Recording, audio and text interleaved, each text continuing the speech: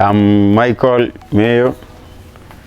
Welcome to my agro-dealer shop, Mayorgo Agrovet here, where we serve our farmers. We provide our farmers with the agro inputs and other extension services relating to agriculture and general farm practices.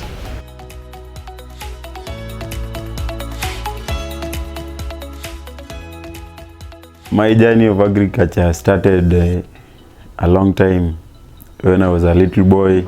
My mother was a peasant farmer. She used to plant maize and beans always, and maybe sorghum and other traditional vegetables. Now from her hard work and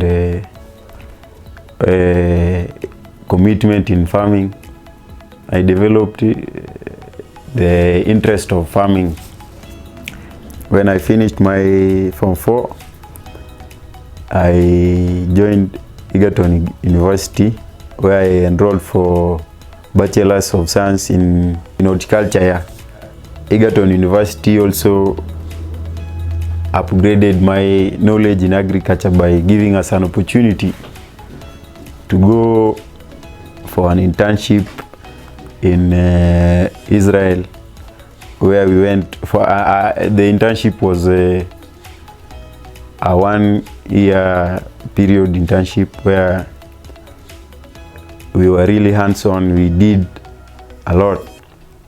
There in Israel, they say you learn by doing. First thing I learned was hard work. That's, to me, is like innovation, because if you compare the way you worked in Israel farms, those Moshav farms, and the way we do it here in Kenya, there's a really big gap. The second innovation I can talk about is technology. All things are mechanized. So from there, when I came back, instead of thinking of going to work, do a formal job somewhere, I thought I should have my own plan of doing my work. That's where I came up with the business idea about the agro-dealer shop here. And also the agro-dealer shop also helped me to come up with a business plan about the dairy and the crop farming. Apart from this agrovet, I also do a few services. For example, when someone come, we do spraying. We can go farmers who want to do spraying, we do spraying for them. We have a knapsack sprayer up, a very strong one. Also here we do crop maintenance and other services. I have my bag here for job. Some protective clothes. I have my gloves here. I have my secateurs and pruning shear. You can see them.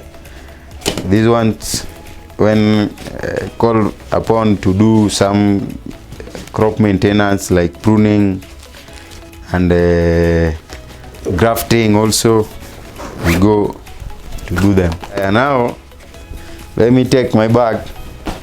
I want to take you also to, apart from this, also I have a farm of dairy goats and dairy cattle.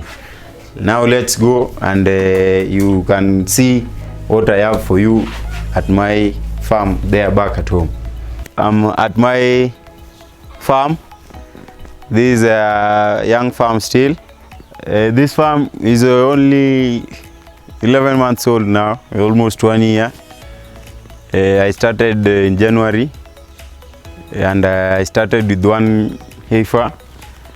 Fortunately, the heifer is in calf, and I'm expecting a new heifer calf in late this month, around 20th. I'm expecting a heifer calf. In this farm, I do dairy. I have a small dairy goat unit. Also, Down there I do crop production, mostly vegetables. I do watermelon, tomatoes, and kales. Also I have an orchard of bananas, and still a very young one of mango fruits.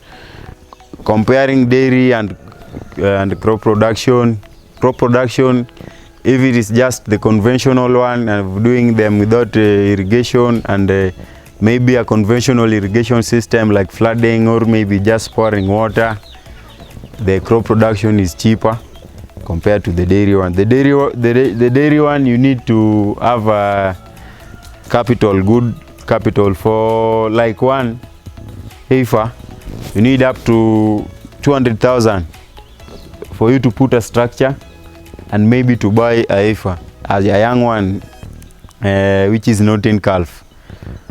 You need around 200,000 to start this. For the crop production, is a little bit cheaper. If you have 200,000 and you do crop production, that one will be I think like medium scale production of vegetables. Agriculture is paying. Yeah, it is paying well, only if we maintain it to be a business, not just for formality. We should not do it just for formality.